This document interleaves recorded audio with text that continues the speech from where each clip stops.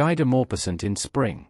When the first fine days arrive, when the earth awakens and begins to turn green again, when the fragrant, warm air caresses our skin, pouring into our chest and seeming to reach the very heart, a vague longing for infinite happiness stirs within us, a desire to run, to wander wherever our eyes may lead, to seek adventure, to revel in spring. The past winter had been harsh, and so this craving for renewal and blossoming seized me in May like a heady wine. I felt a surge of overflowing vitality. One morning, upon waking, I saw through the window, above the neighboring rooftops, an endless blue canopy of sky ablaze with sunlight. Canaries chirped hoarsely in their cages hung from the windows, maids on every floor sang as they worked, from the street rose a cheerful hum. I stepped out in a festive mood, ready to go wherever whim might take me. Passers-by smiled, everywhere, in the warm glow of returning spring, there drifted a breath of happiness. It seemed as though a gentle breeze of love wafted over the city. Young women passed me in their morning dresses, with a hidden tenderness in their eyes, a softer grace in their step, and my heart brimmed with emotion. Without knowing how or why, I found myself on the banks of the Seine. Steamboats sped toward Cheresons, and an irresistible urge to stroll through the woods awakened in me. The deck of the riverboat was crowded with passengers. The first sunny day compels people, against their will, to leave their homes, to move, to pace back and forth, to strike up conversations with strangers. A young woman sat beside me, evidently a working girl, with the unmistakable grace of Paris. She had a lovely fair head, with curls at her temples like sunlit spirals. Her hair fell behind her ears, trailing down her neck, fluttering in the breeze, and below it turned into a fine, light, golden down, so delicate it was barely visible, yet it stirred an uncontrollable desire to shower it with endless kisses. Under the influence of my gaze, she turned her head toward me, then lowered her eyes. A faint crease, the beginning of a smile, deepened the corners of her mouth, and there too was that same silky, sun-kissed down. The calm river widened gradually. A warm stillness filled the air. My neighbor lifted her eyes, and since I continued to look at her, she now smiled openly.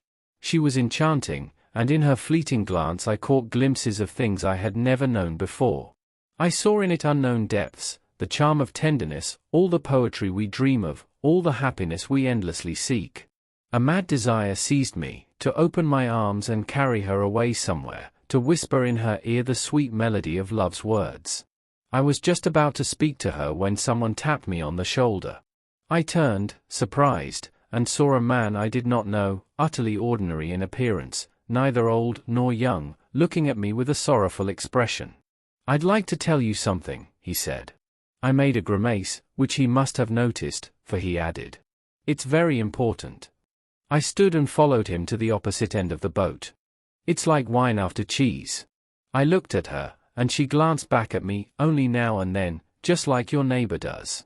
We exchanged glances for quite some time, and I felt we were already familiar enough to begin a conversation. I spoke to her. She replied. She was exceedingly sweet, undeniably sweet.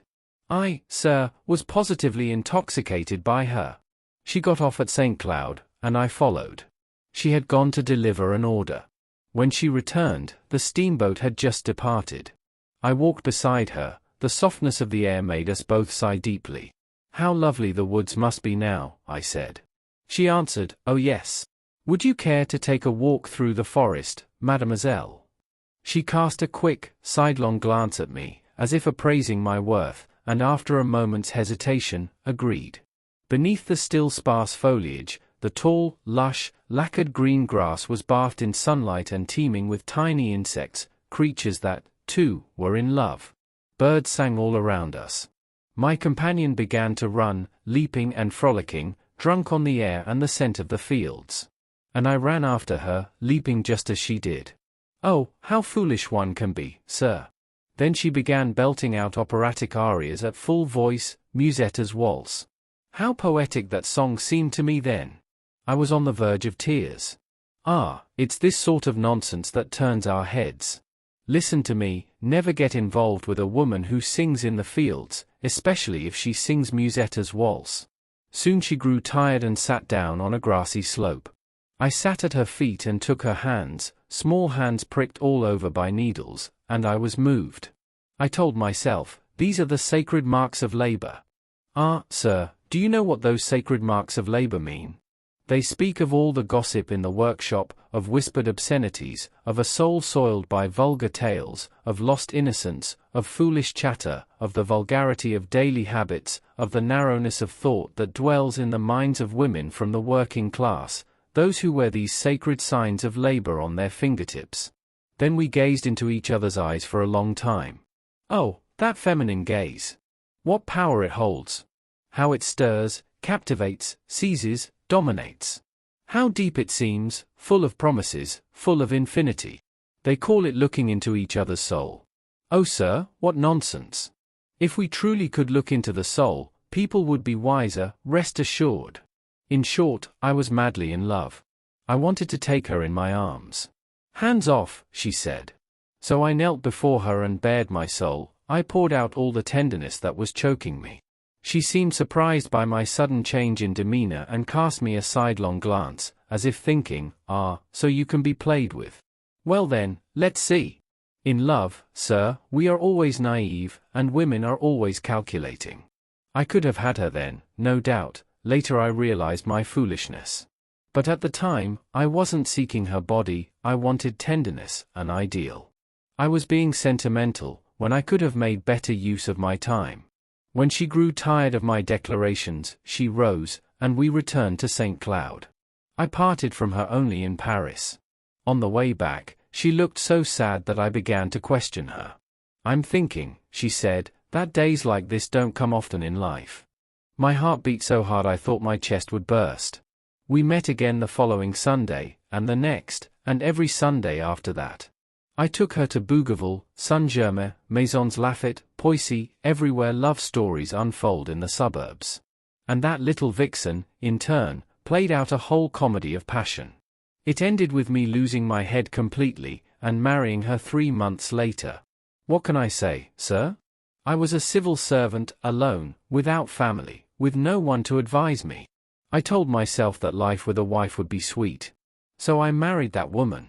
And now she berates me from morning till night, understands nothing, knows nothing, chatters endlessly, bellows Musetta's waltz without mercy. Oh, that waltz, what torment, quarrels with the coalman, confides intimate details of our life to the concierge, shares secrets of our marriage bed with the neighbor's maid, humiliates me in front of every shopkeeper, and her head is stuffed with such foolish tales, such idiotic beliefs, such absurd notions and incredible superstitions that I, sir, simply weep in despair every time I speak to her.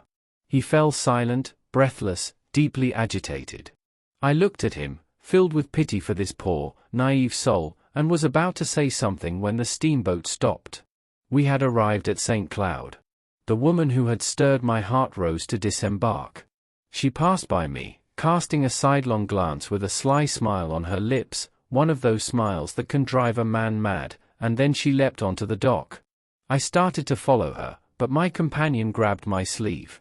I jerked away, but he clung to the tails of my coat and, pulling me back, repeated in a voice so loud that everyone turned to look. No, you're not going. Laughter erupted around us, and I stopped, furious, unwilling to cause a scene and make myself ridiculous. The steamboat pulled away. Left alone on the dock, the woman watched me go with a look of disappointment, while my tiresome companion whispered in my ear, rubbing his hands. Well, sir, I've just done you a tremendous favor.